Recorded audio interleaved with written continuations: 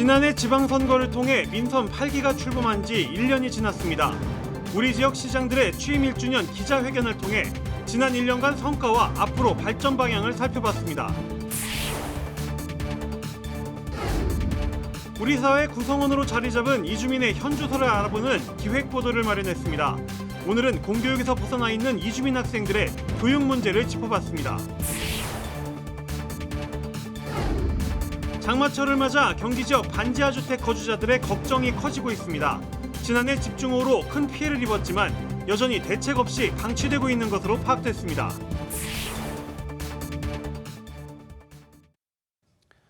시청자 여러분 안녕하십니까? BTV 경기 주간 종합 뉴스 시작합니다.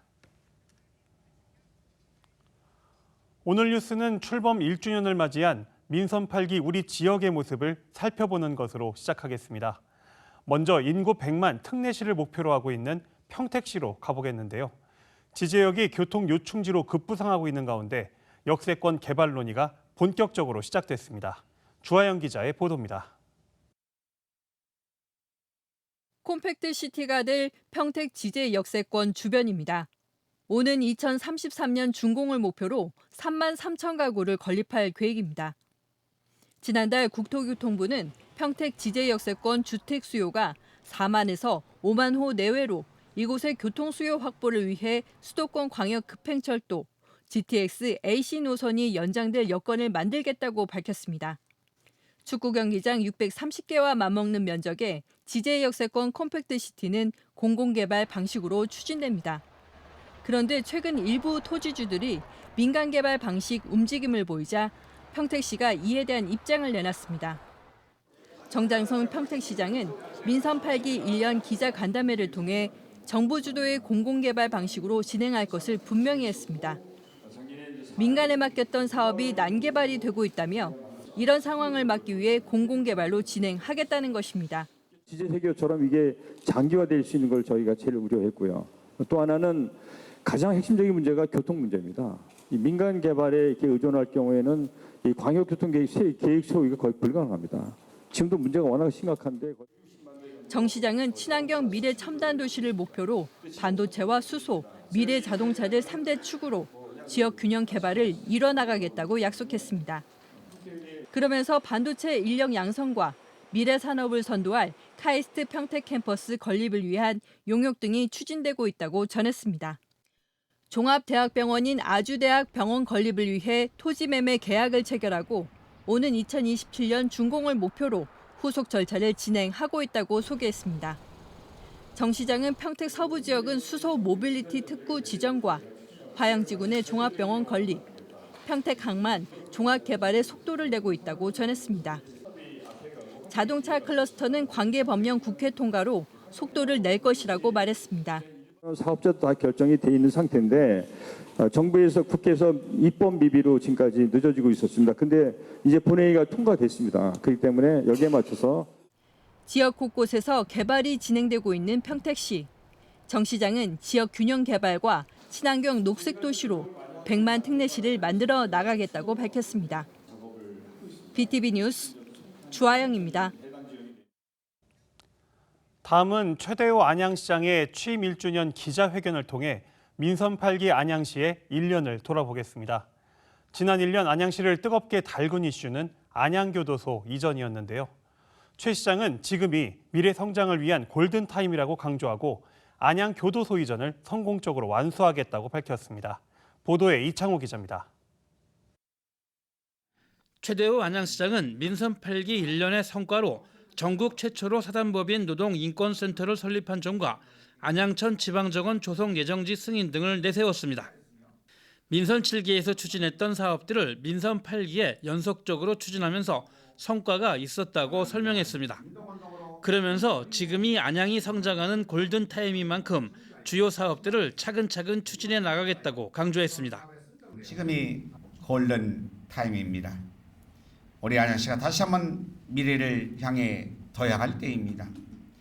지속가능한 스마트시 안양을 비전으로 2040년까지 인구 60만 명을 달성하고 우리 시를 2개 도심과 6개 지역 중심으로 설정하여 도심 기능을 강화하고 권역별 특성을 살려 새롭게 도약할 것입니다.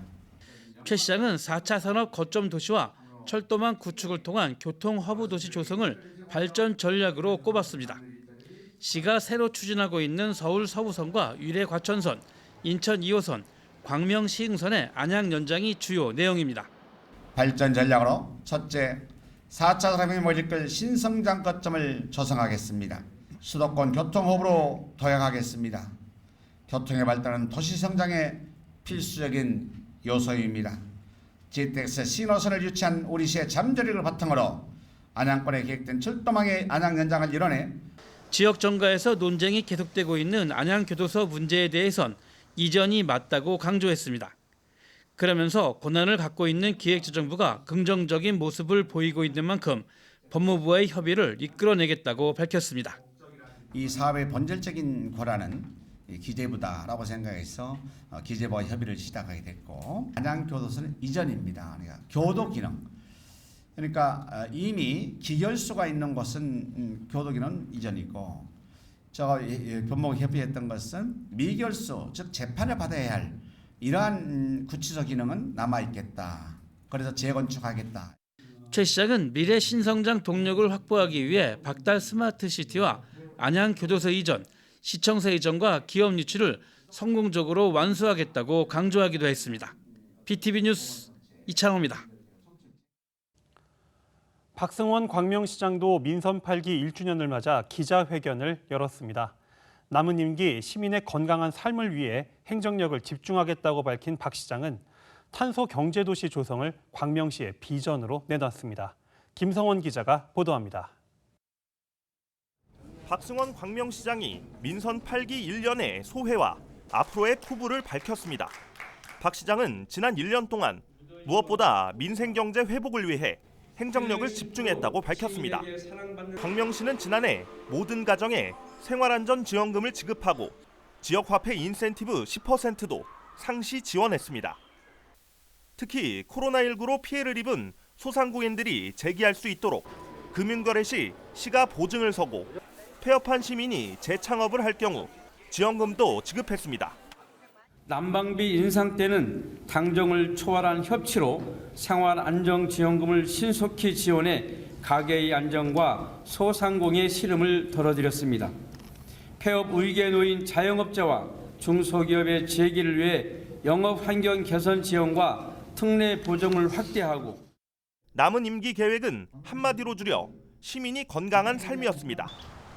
올해부터 걷기 생활화와 다회용기 사용 등 탄소 중립을 실천하면 연최대 10만 원의 지역 화폐로 지급합니다.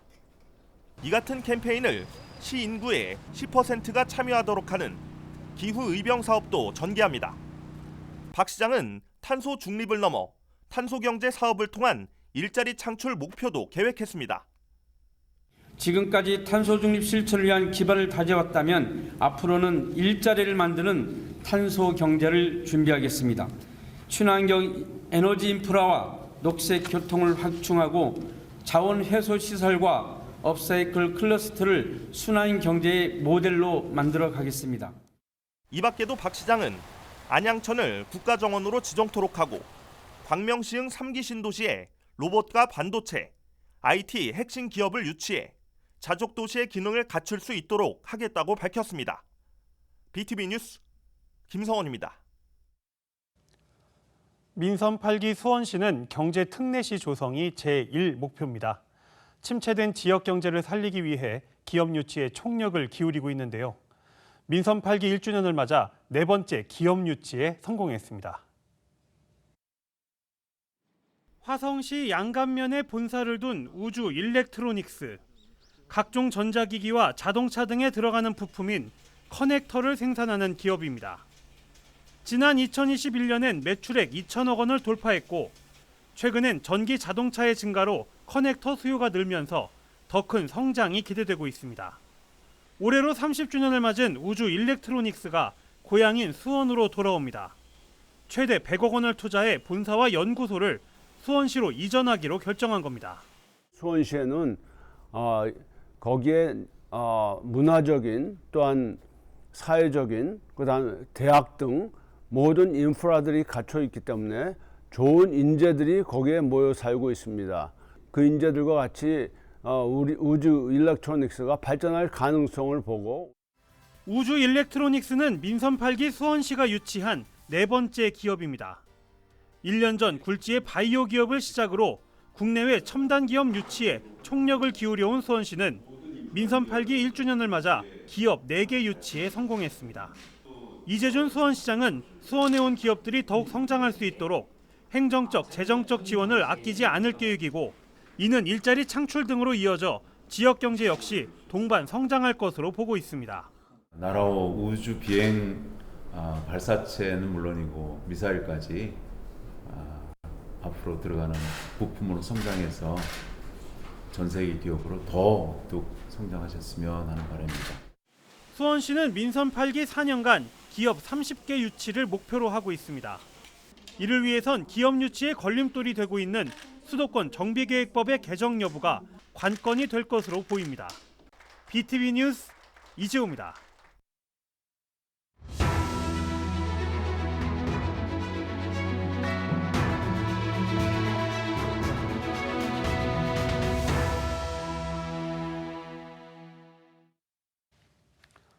BTV 뉴스는 지난달부터 우리 사회 구성원으로 자리 잡은 이주민의 현주소를 알아보는 기획 보도를 마련하고 있습니다. 원곡동 보고서, 마지막으로 교육 문제를 들여다봤는데요. 이주민 학생들은 문화적 차이나 언어 문제로 학교 밖 청소년이 되고 있지만 교육당국과 지자체의 관심은 너무나 부족한 상황입니다. 이재문 기자가 취재했습니다. 지난해 4월 기준 안산시 초중고 학생 수는 67,870명. 이 중에서 다른 나라의 국적을 갖고 있거나 부모 중에 한 사람이 우리 국적을 갖고 있는 다문화 가정 학생 등 이주 배경의 학생은 모두 6,240명입니다.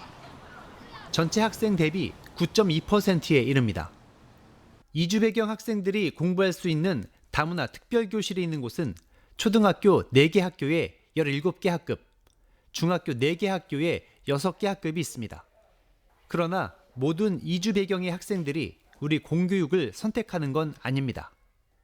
그 안산에 살고 있는 그 이주 배경 학생들 수가 얼마나 되고 그 중에 얼마나 우리 공교육 안으로 들어와 있는지 이런 것이 혹시 통계가 잡히나요? 아니요, 제가 갖고 있는 거는 안산의 초중고 다문화 가정 학생 수까지만 갖고 있습니다. 특히 본국에서 학교를 다니다 입국한 이른바 중도 입국 학생들이 공교육을 선택하지 않는 이유는 우선 입학 절차가 까다롭습니다. 어떤 학교는 뭐 2개, 3개, 어떤 학교는 뭐 5개, 6개, 그리고 그것도 또 본국에서 뭐 성적 증명서라든지 뭐 4학년까지 다녔으면 그 성적 증명서라든지 그런 걸 다 요구하고 뭐 공증해와라, 한국어로 다 번역해와라 이렇게 하는 학교도 있어요. 근데 이제 그런 거를 다 준비해 간다고 할지라도 이제 학교장의 재량에 따라서 안 받는 경우도 많이 있거든요. 입학을 하더라도 한국어를 모르기 때문에 우리 교과 과정을 소화하는 데 어려움을 겪습니다. 기역 니은도 모르는 상태에서 그냥 학교로 되는 거죠. 안산 지역은 다른 지역도 그러시겠지만 그 학생이 오면 또 한국어를 따로 가르쳐 주세요. 근데 이제 그것도 시간이 이제 부족한 거죠. 교과는 교과대로 진도가 나가고 있고. 우리 공교육에 적응하기 힘든 이주 배경 학생들이 찾는 곳이 바로 대안학교입니다.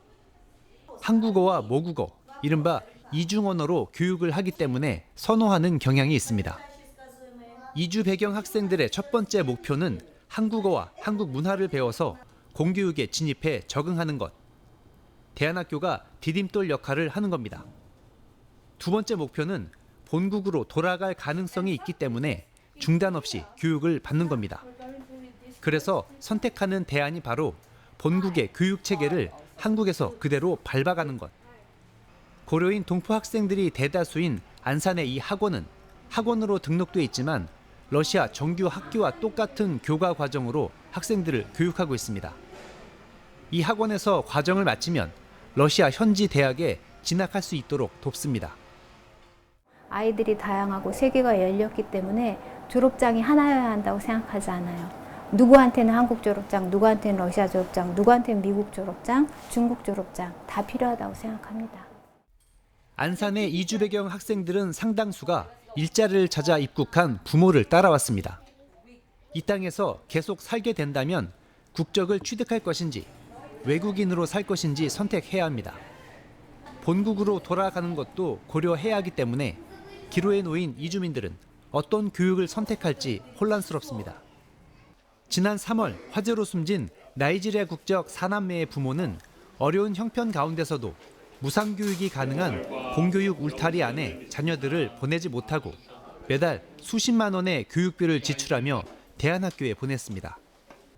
공교육에서 벗어나 있는 이주민, 그리고 그들에게 교육의 대안을 제공하는 대한교육기관들은 교육당국이나 지자체의 관심과 지원에서 벗어나 있습니다.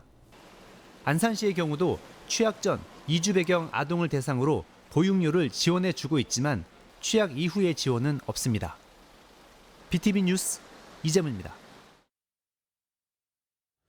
앞서 보신 것처럼 저희 BTV 뉴스에선 우리 사회 구성원이자 이웃인 이주민들의 현주소를 3차례에 걸쳐 살펴봤습니다.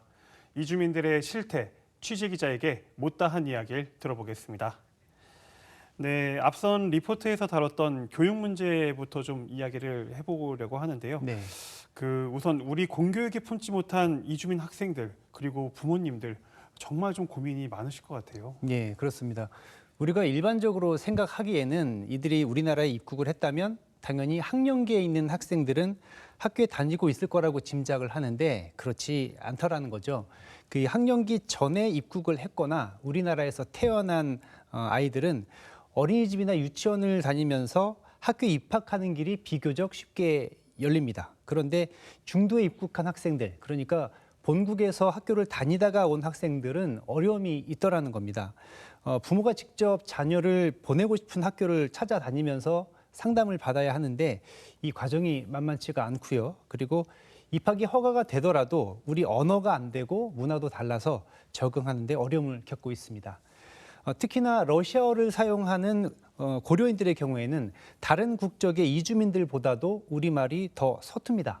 구소련의 스탈린이 1937년에 고려인 약 17만 2천여 명을 중앙아시아 지역으로 강제 이주시키면서 우리말을 쓰지 못하도록 철권 통치를 했습니다. 그리고 구소련이 붕괴가 되고 우즈베키스탄이나 우크라이나 또 카자흐스탄 등이 독립하게 되면서 고려인들은 또 그 안에서 소수민족이 됐고 그곳에서도 고립된 생활을 해왔습니다. 사실상 조국인 우리나라와의 교류가 단절되다시피 하다 보니까 동포라고는 하지만 다른 국적의 이주민들보다도 우리말과 문화가 더 낯설고 학교 적응도 힘들게 되는 겁니다. 그렇게 이제 좀 우리 문화도 낯설고 또 이제 우리 말도 서툴고 이제 이렇게 하다 보니까 이제 경제적인 부담을 좀 감수하고라도 지금 대안학교나 학원 이제 이런 것들을 이제 좀 보내게 되는 건데 그 수가 이 학생들을 좀 이렇게 수용할 수 있을 만큼 좀 충분히 있는 건가요? 네, 전체적인 거는 다 파악하기가 좀 어렵습니다만 제가 대안학교 한 곳 그리고 학원 한 곳을 확인을 해 봤는데요. 대안학교를 다니는 학생들이 한 200명 정도 됐고요. 학원에 다니는 학생들이 100명 정도 됩니다. 이 두 군데만 해도 300명이 되는 건데 얼마나 더 있을지는 확인이 안 되고 있고요. 더 큰 문제는 이 공고육도 그리고 대안학교도 선택하지 않은 정말로 어떤 교육도 받지 않고 있는 학교 밖의 아동 청소년 이주민들이 상당하다고 하는데 실태 파악이 안 되고 있습니다. 이런 아동들, 청소년들은 우리 사회에 적응이 더 하기 힘들겠죠. 이들에게 심리적인 안정과 자신감을 또 심어주고 사회 구성원으로서 설 수 있게끔 직업 교육이라도 좀 받을 수 있게 관계기관이 나서야 한다는 이야기가 나오고 있습니다. 들어보겠습니다. 제 아이 잘 길러서 뭐 하겠어요. 그런 사람들이랑 같이 살아야 되는데. 네. 제 자식만 잘 길러서 거리에 내놓으면 그런 사람들 같이 살고 같이 서비스를 받고 주고 해야 되니까. 네. 이 대안교육기관에서 이제 공부하는 그 이주민 학생들도 그리고 어떤 교육도 지금 받지 못하고 있는 이제 그런 학생들에 대한 이 실태 파악이라도 좀 먼저 좀 이루어져야 되지 않을까 이런 생각이 좀 들고요. 이 전에는 이제 주거 문제에 대해서도 다뤘었는데 주거 환경은 열악하고 주거 비용은 높아지고 이제 이런 실정인 거죠. 네, 그렇습니다. 안산시 원곡동과 선부 이동 지역은 특히 이주민들이 많이 거주를 하고 있는데요. 이 동네는 오히려 그 한국인들이 외국인 취급을 받는 그런 곳입니다. 이곳은 과거에 반월 시화공단에서 일하던 우리 노동자들이 많이 거주하던 곳입니다. 오래된 다세대 주택을 쪼개서 원룸, 투룸으로 이렇게 만들어서 싼 값에 임대를 하는 집이 많이 있는데요. 이 반지하 주택의 경우에는 요즘 같은 장마철에 침수의 우려가 있고 또 습도도 높아지고요. 곰팡이가 피는 등 환경이 좋지가 않습니다. 여기에다가 이 작은 집에 가족 단위로 거주하는 이주민들이 많이 있는데 최근 들어서 이런 집들도 임대료가 많이 오르고 있다고 합니다. 반지하 원룸, 투룸의 월세가 한 달에 한 30만 원 정도 하는데 가족 구성원들이 늘어서 그나마 생활이 쾌적한 곳으로 이주를 하게 되면 그래도 방 2-3개 정도는 되는 집으로 가야 하는데 그런 집들은 한 달에 임대료가 70만 원, 80만 원 정도 하거든요. 그러면 이제 주거비에 대한 부담이 굉장히 커지는 거죠. 여기에서 또 다른 문제가 발생을 합니다. 처음에는 일자리를 찾아서 가장이 우리나라에 입국을 하고요. 어느 정도 자리가 잡히면 가족들이 따라서 입국을 하게 됩니다. 그러면 아이들 키우게 되는데 아이들 보육이 힘들어지면 본국에 있는 할아버지 할머니들이 또 입국을 하게 됩니다. 보육을 좀 돕기 위해서 오는 거죠.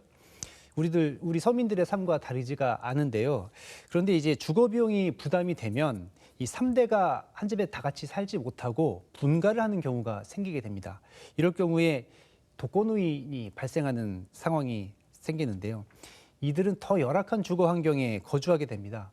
기초생활수급 또 노령연금 뭐 이런 것들은 이주민이기 때문에 해당하지가 않습니다. 그러니까 결국은 이제 가족 수가 늘어나니까 분가를 하게 되는데 아무래도 이제 할머니, 할아버지 같은 분들은 더 이제 열악한 그리고 좀 더 그 가격이 저렴한 그런 방을 찾아가다 보니까 그렇죠. 이제 더 열악할 수밖에 없는 그런 그 현실이 되겠네요. 네. 그러니까 이게 참 이분들도 코리안 드림을 찾아서 이렇게 입국을 하셨을 텐데 참 그 삶이 좀 팍팍하다는 그런 생각이 들고요. 네. 이 주거 환경이 좋지 않다 보니까 이제 화재에도 좀 취약하잖아요. 네. 그 나이지리아 4남매 화재 사망 사건도 뭐 그랬던 거죠. 예, 그렇습니다. 그 여름에는 덥고 또 겨울에는 춥고 이런 집인데 또 좁잖아요. 많은 가족들이 살고 있다 보니까 냉난방 기구를 많이 사용할 수밖에 없는 그런 구조입니다. 그 오래된 다세대 주택의 특성상 콘센트가 좀 부족합니다. 그러다 보니까 멀티탭을 2중, 3중으로 연장을 해서 사용을 하고 있는 경우가 많은데 그래서 불이 나는 경우가 많습니다. 나이지리아 4남매 같은 경우도 그런 경우였고요. 참 안타까운 점이 나이지리아 4남매 가족 같은 경우에는 이번 화재가 처음이 아니었고 예전에도 집에서 불이 난 적이 있어서 2번이나 같은 일을 겪게 됐던 겁니다. 이번에는 안타깝게도 4남매가 모두 사망을 하게 됐죠. 이제 아무래도 오래된 다세대 주택들은 뭐 스프링클러 아니면 이제 화재 경보기 이런 경우들이 이제 설치가 안 돼 있는 경우가 많을 거잖아요. 아무리 좀 그렇다고 해도 네. 좀 집에 소화기 정도는 좀 비치가 좀 꼭 돼 있어야 되는 거 아닐까요? 네. 그렇죠. 근데 안 되는 경우가 많습니다. 그 화재 경보기와 소화기 같은 주택용 소방시설 설치를 의무화한 지가 10년이 됐는데요.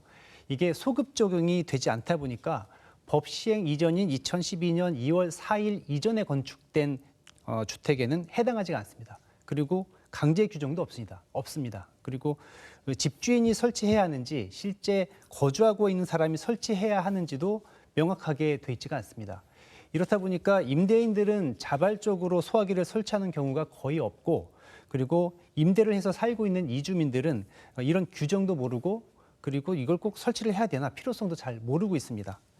지자체와 소방당국 그리고 이주민 지원단체 등이 소화기 설치를 일부 지원하고는 있지만 충분하지가 않습니다.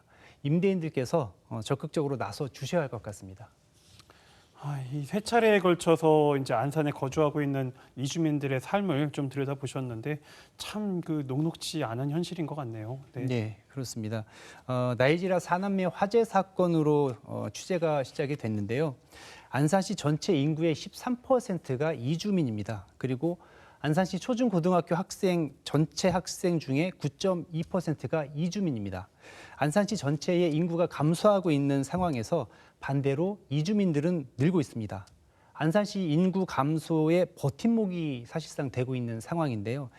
이런 현상은 비단 안산만의 상황은 아닐 겁니다. 우리나라가 인구 절벽에 놓여 있는 이런 상황에서 이주민들에 대한 정책 그리고 사회적인 인식 전향적으로 바뀌어야 할 것 같습니다.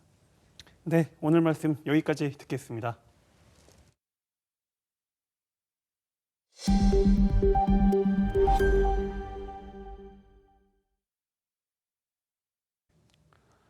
경기 지역엔 9만 세대에 달하는 반지하 주택이 있습니다. 지난해 여름 폭우로 인한 침수 피해는 반지하 주택에 집중됐는데요. 본격적인 여름 장마철에 들어서면서 반지하 주택 거주자들은 걱정이 커지고 있습니다. 지난해 물난리를 겪은 지 1년이 지났지만 여전히 무방비 상태이기 때문입니다. 현장에 박일국 기자가 다녀왔습니다. 지난해 8월 집중호우로 침수 피해를 입었던 수원시 영화동 일대입니다. 계절이 다시 여름으로 접어들면서 요즘 이 동네 주민들은 하루하루가 불안합니다. 걱정되죠. 지금 공사는 몇 군데 좀 했는데 그래도 제 생각에는 그 콘도로 거기를 좀 막아줘야 되는데. 피해가 컸던 반지하 주택은 사실상 무방비 상태입니다. 창문에 붙어 있어야 하는 차수막은 찾아볼 수 없습니다. 불안한 집은 급한 대로 타일을 이용해 창문을 가려놨습니다. 지난달 구청이 설치해 주기로 했던 차수막은 아직 만들고 있는 중입니다. 차수판을 설치하는 업체가 한정돼 있지 않습니까? 네, 이게 모든 시군이 다 몰리다 보니 지금 약간 제작에 좀 어려움이 있고요. 수도권에서 차수막을 설치하는 업체는 20여 개. 대부분의 시군이 5월에 예산을 받아 6월에 발주를 하다 보니 주문이 몰린 겁니다. 상황이 이렇다 보니 경기도 내에서 차수막 설치율은 아직 50%밖에 되지 않습니다. 침수 피해 지역에 늘어나는 빈집도 문제입니다. 어렵게 설치한 침수 방지 시설이 무용지물이 될 수 있기 때문입니다. 사람 안 살으니까 그 집은 못 해준다고 하면은 그 집으로 들어가면 옆집으로 가는 건 똑같은데. 반지하의 침수 피해를 막기 위해 무료로 설치해주는 역류 방지 밸브도 보급이 쉽지 않습니다. 집값을 걱정하는 주인이 동의하지 않는 경우도 많기 때문입니다. 도내에서 침수 방지 설비를 설치할 계획이었던 주택은 8,800여 개. 이 중 집주인의 동의를 받아 예산이 지원된 주택은 절반에도 못 미치는 4천여 세대에 불과합니다. 경기도 내의 반지하 주택은 8만 7천여 세대에 달합니다. 재발 방지를 약속했던 지자체들의 늑장 행정에 주민들은 올해도 불안한 하루하루를 보내야 하는 상황에 놓여 있습니다. BTV 뉴스 박일국입니다. 3기 신도시로 지정된 과천지구에선 2년째 논란이 끊이지 않고 있습니다. 맹꽁이가 서식하는 문해미골의 환경을 지켜야 한다며 해당 지역을 개발해서 제외해야 한다는 요구가 이어지고 있는데요. 이런 가운데 LH가 실시한 환경 영향평가가 엉망이었다는 주장이 나왔습니다. 논란이 더 커질 것으로 예상됩니다. 이창호 기자의 보도입니다. 과천지구 전략 환경 영향평가에서 맹꽁이가 없다고 분석해 논란을 빚었던 LH. 이번에 공개한 환경 영향평가에서는 맹꽁이 서식이 확인돼 2주 대책을 수립해야 한다는 결과를 내놨습니다. 맹꽁이가 산발적으로 분포하고 있고 보존할 정도로 서식지가 양호하지 않다는 결론을 낸 겁니다. 하지만 환경 전문가는 LH의 환경 영향평가는 개발을 위한 형식적인 엉터리 조사라고 밝혔습니다. 이런 양서류를 조사하기 위해서는 동면에서 깨어나는 시기, 번식기, 그다음에 동면하기 전까지 이렇게 지속적으로 이렇게 관리를 해줘야 그나마 개체군 규모가 어느 정도 나오는데, 이런 은밀한 생물을 이렇게 2, 3일 조사하고 조사를 마치는 그런 형태로 하면 당연히 결과가 잘못될 수밖에 없죠. 과천지구 문해미골 전 지역의 맹꽁이 개체수가 지난해보다 늘었고 전 지역에 골고루 퍼져 있는 만큼 정밀 조사를 실시해야 한다고 강조했습니다. 비가 재작년이나 작년보다 좀 많이 와서 지금 산란 상황은 훨씬 좋아진 상황이고요. 보고서에 이렇게 표현되는 게 이렇게 극소수가 이렇게 그냥 일부 지점에서 이렇게 발견됐다 정도. 근데 사실은 여기 우면산 전체가 이렇게 서식지라 정밀 조사나 이런 걸 통해서 정확한 개체수를 확인한 후에 이런 내용들을 결정하는 게 맞다고 봅니다. 불소동 토양 오염도 조사 또한 부실하다는 지적입니다. 과천지구 면적이 168만 6천여 제곱미터나 되는데 몇 개 지점만 조사해 토양 오염도를 판단하는 건 문제라는 입장입니다. 그러면서 환경단체가 30개 구간에서 조사를 실시한 결과 기준치 이상의 불소가 18곳에서 검출된 만큼 더 많은 곳을 철저하게 조사해야 한다고 강조했습니다. 토양 시료를 채취해서 조사한 구간이 불과 5개의 구간입니다. 이미 이 지역은 환경단체에서 해를 거듭해서 30개 구간에 대한 토양 오염 조사를 했었고 그 결과 18곳이 전체 항목 중에서 불소 기준항목이 초과된 지역으로 확인이 되었습니다. 최소한 30개 정도의 지역에 대해서는 조사를 하고 이런 가운데 LH는 오는 13일 오후 2시 과천시민회관 소극장에서 과천지구 환경영향평가 초안 주민설명회를 열 예정입니다.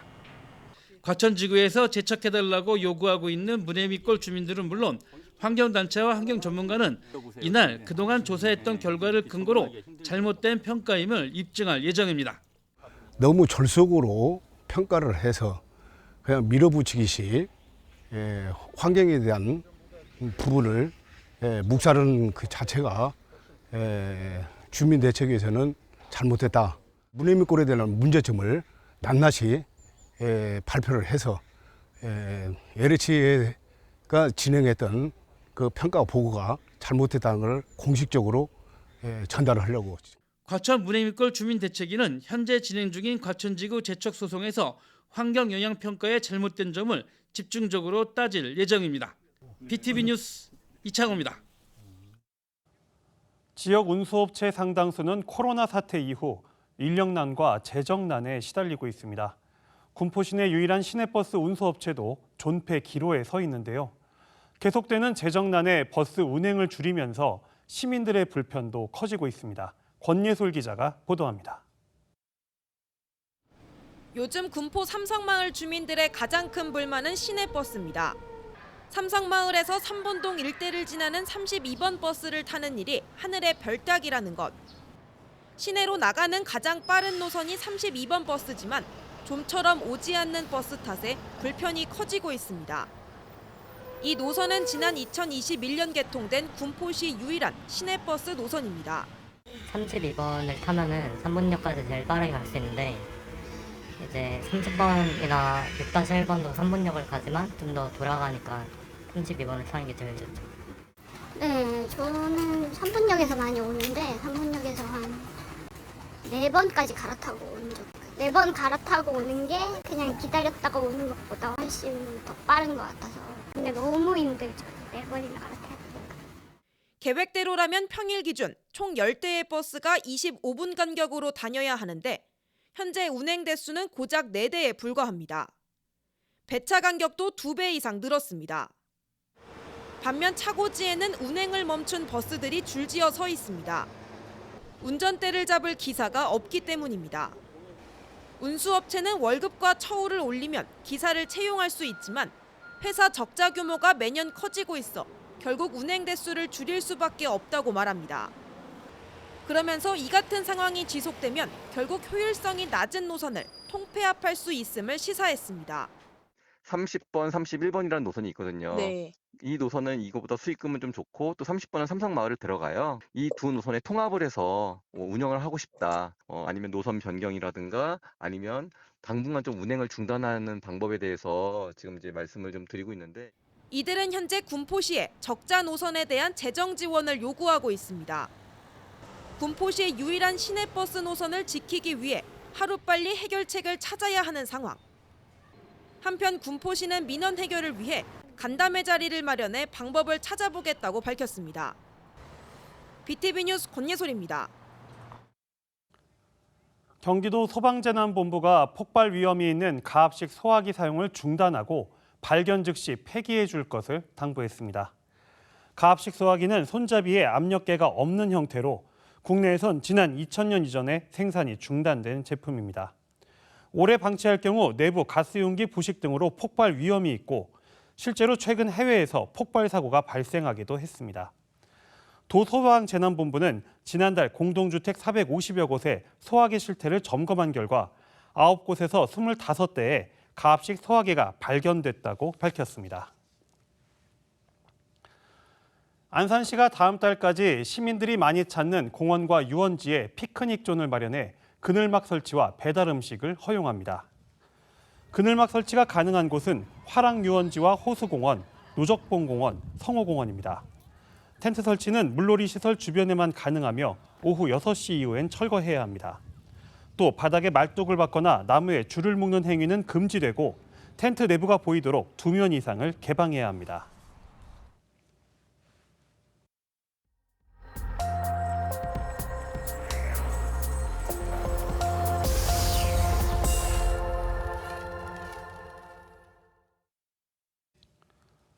우리 주변의 민원 현장을 찾아가 보는 민원 1번지 시간입니다. 오늘은 시흥 백오 신도시의 한 아파트 단지에 가봤는데요. 입주 초기 때부터 발생한 하자 문제로 입주민들이 골머리를 앓고 있지만 건설사는 4년째 보수를 미루고 있다고 합니다. 어떻게 된 일일까요? 김성원 기자가 현장을 취재했습니다. 시흥 백오 신도시 내 한 민간 임대 아파트. 단지 내 주민 공용 공간인 북카페 천장에서 빗물이 줄줄 흘러내립니다. 하지만 보수가 제대로 이루어지지 않아 이용을 못한 지 3년이 넘었습니다. 저희가 이거를 누릴 수 있는 공간인데 누리지 못하고 아이들도 책 하나도 못 읽고 저렇게 물소리도 지금 들리잖아요. 그래서 저는 굉장히 이런 부분이 안타깝다고 생각합니다.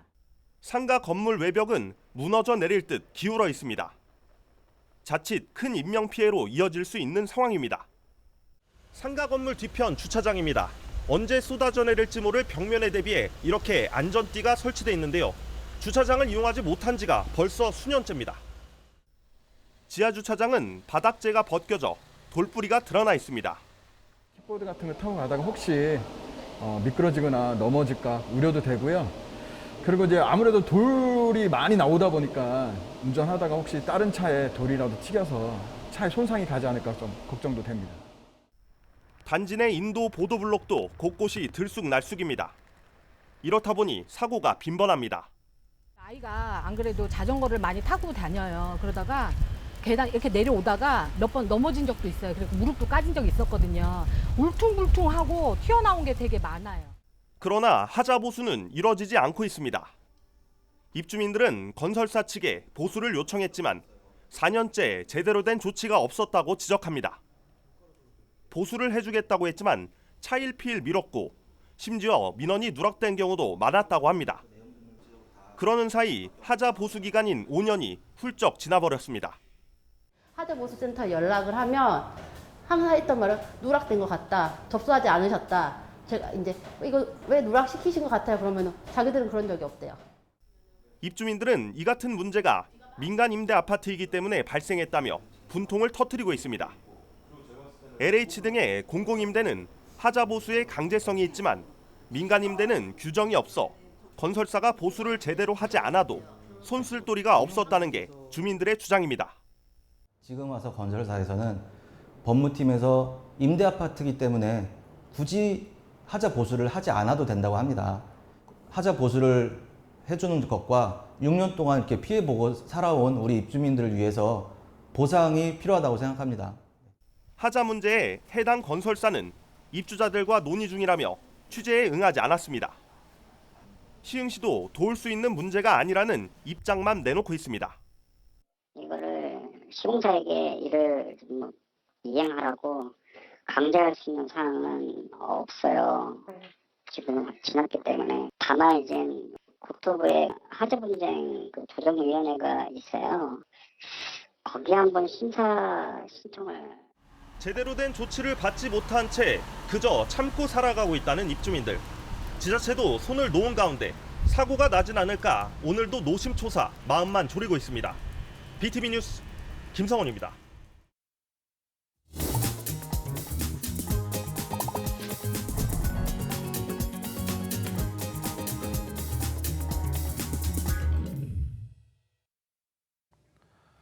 지역 내 주목받는 상권을 찾아가 보는 으라차차 지역경제 시간입니다. 의왕시엔 일자리 창출을 통해 지역경제에 활력을 불어넣고 있는 편의점이 있다는데요. 특별함이 가득한 동행 편의점에 권예솔 기자가 다녀왔습니다. 최근 의왕시 오전동의 한 편의점이 새로 문을 열었습니다. 평범해 보이는 이곳은 지역 일자리 창출을 위해 만들어진 동행 편의점이라고 하는데요. 별칭으로는 세대 통합형 친절 편의점이라고도 불린다는 이곳. 어떤 이야기를 담고 있는지 한번 가보겠습니다. 최근 사업을 그만두고 소일거리를 찾던 한영분 씨. 지인의 추천으로 한 달 전 한 편의점으로 재취업에 성공했습니다. 67세라는 적지 않은 나이에 새로운 일을 배운다는 것은 쉽지 않았습니다. 낯선 결제 시스템과 한 번에 몰아치는 주문 요청 등에 당황하기도 했다는 한 씨. 이제 잘 모를 때, 막 포인트 적립, 뭐 이상한 쿠폰 막 이런 거, 물건 사러 오는 거, 선물 이렇게 기프트 뭐 그거 있어요. 그런 게 이제 아무래도 나이가 있으니까 그거 좀 빨리빨리 막 터득을 못해. 그게 조금 어려워요. 처음에는 모든 것이 낯설었지만 몇 번의 반복으로 이제는 제법 자신감이 생기면서 일하는 즐거움을 통해 삶의 활력을 찾고 있다고 말합니다. 노후에 굉장히 뭔가 보람되고 막 활력을 주는 그런 일이고요. 그런 곳이고 편의점 일을 내가 해낼 수 있는 게 되게 막 뿌듯하고 보람되고 또 용돈도 보이고. 지난달 문을 연 이 편의점은 의왕시에 거주하는 60세 이상 어르신과 지역 청장년이 운영하는 동행 편의점입니다. 현재는 한 씨를 포함해 총 15명이 교대로 일하고 있습니다. 어르신들의 재취업을 돕는 한편 일자리를 찾아 나선 청장년에게 기회를 줘 지역 경제를 활성화시키는 선순환 구조를 만들겠다는 취지입니다. 아무리 60대 초반 이렇게 되셔도 어쨌든 간에 저희가 그런 이제 심야에 하신다는 위험 부담을 사실 조금 많이 안고 가야 해서 희망은 조금 안 하고 이런 분들이 계셔서 저희가 이제 그러면 청장년층으로 해가지고 한번 모집을 또 해보자 해가지고 하게 됐고. 한편 편의점에서 발생한 수익금은 전부 인건비로 사용됩니다. 공공 일자리를 통해 지역 소비를 촉진시켜 지역 경제에 활기를 불어넣겠다는 동행 편의점. 안녕하세요. 지역과 기업이 함께 상생하는 동행 편의점이 지역 경제를 살리고 일자리 창출 문제까지 해결하는 일석이조의 효과를 거두기를 기대해 봅니다. BTV 뉴스 권예솔입니다.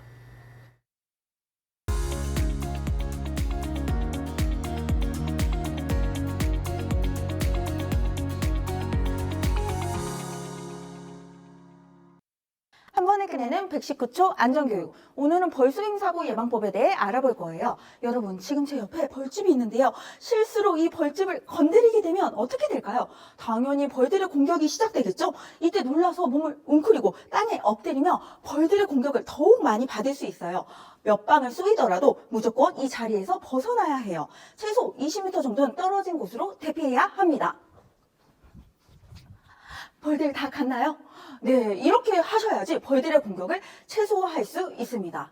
또 산책을 하고 있는 도중에 벌들이 주변에 몰려들었다 하시며 벌을 쫓으려고 팔을 크게 휘두르거나 수건으로 때리는 듯한 동작을 하게 되면 벌들은 자신을 위협한다고 느껴 사람을 공격할 수 있습니다. 벌 몇 마리가 주변에 있더라도 신경 쓰지 마세요. 벌이 머리, 어깨에 앉는다면 때리지 마시고 가볍게 털어내 주시면 되겠습니다. 또 벌은 후각이 굉장히 발달해 있어요. 그래서 등산이나 벌초 같은 야외 활동을 하실 때 이런 헤어스프레이, 화장품, 향수의 사용은 하지 않는 것이 좋아요. 또 달콤한 냄새를 풍기는 이런 맛있는 과일이나 또는 음료수는 가지고 가지 않는 것이 좋겠어요. 여러분, 한 가지 퀴즈를 내도록 하겠습니다. 벌은 어떤 색의 공격성을 보일까요? 정답은 바로 네, 검은색입니다. 그 이유는 곰의 천적인 오소리, 곰, 그리고 너구리가 검은색 털을 가지고 있기 때문이에요. 그래서 사람이 검은색 옷을 입고 있으면 벌은 자신의 천적이라고 느껴서 사람을 공격할 수 있습니다. 그래서 야외 활동하실 때는요, 흰색 또는 최대한 밝은색 계열의 옷을 착용하는 게 좋아요. 또 말벌은 사람의 검은색 머리털이 있는 머리 부분을 집중 공격한다고 합니다. 그래서 이런 챙이 긴 밝은색 모자의 착용도 잊지 마세요. 오늘 저와 함께 이렇게 벌수임 사고 예방법 알아보셨는데요. 꼭 기억하시고 안전한 여름 야외 활동 하세요. 그럼 안녕. 안녕하십니까. 경기도 소방재난본부의 김순영입니다. 생명을 위협하고 사망에까지 이르게 할 수 있는 벌쏘임 사고. 21년 8월 대구광역시 길을 걷던 60대 여성이 벌에 쏘여 호흡곤란 증상으로 병원에 이송되었습니다. 같은 해 9월에는 한라산 등반객이 단체로 말벌의 공격을 받았습니다. 이 사고로 28명이 쏘였고 이 중 2명은 두드러기 및 오한 증상으로 긴급 이송되었습니다. 이런 벌쏘임 사고는 7월에 급증해 8, 9월 사이에 가장 많이 발생합니다. 이는 기온 상승으로 벌들의 활동이 왕성해지고 산란 후 개체군이 급격히 늘어나기 때문입니다. 벌에 쏘였을 때는 쏘인 부위를 물로 세척하고 아이스팩으로 차갑게 한 후 즉시 병원에서 진료를 받는 것이 좋습니다. 또 벌은 말벌인지 꿀벌인지에 따라 대처 방법이 달라집니다. 말벌의 침은 일자형으로 피부에 박히지 않고 독이 모두 소진될 때까지 여러 번 쏠 수 있고, 꿀벌인 경우 피부에 독침이 남는 경우가 많습니다. 이땐 신용카드에 등을 세운 후 쏘인 부위에 독침을 긁어서 제거해야 합니다. 이때 손가락이나 핀셋으로 침의 끝부분을 잡아 제거하는 경우 오히려 벌침 안에 남은 독이 몸으로 들어갈 수 있으므로 주의해야 합니다. 참고로 말벌의 독은 알칼리성이므로 레몬과 같은 산성 물질을 발라주는 것이 도움이 되고, 꿀벌의 독은 산성이므로 침을 제거한 후 비누와 같은 염기성 물질로 상처를 씻어주면 독을 중화할 수 있습니다. 벌의 독 속에는 알레르기 유발 물질이 들어 있습니다. 특히 벌독 알레르기가 있는 사람이라면 아나필락시스 반응이 즉각적으로 일어나 전신발작, 의식장애, 호흡곤란 등의 증상이 나타날 수 있습니다. 이럴 경우 신속히 119에 도움을 요청해야 합니다. 소방청에서는 벌쏘임 사고를 줄이기 위해 등산길 안내 앱 램블러를 통해 벌쏘임 사고 위험 지역 알림 서비스를 시행하고 있는데요. 이 앱을 설치한 사용자가 위험 지역 100m 이내에 접근하면 벌쏘임 다발 지역이라는 경고 음성과 메시지가 전송됩니다. 외출 전 꼭 확인하시고 안전한 야외 활동하시길 바라겠습니다. 그럼 저는 다음 시간에 찾아뵙겠습니다. 감사합니다. 이상으로 BTV 경기 주간 종합 뉴스를 마칩니다. 편안한 주말 보내시기 바랍니다.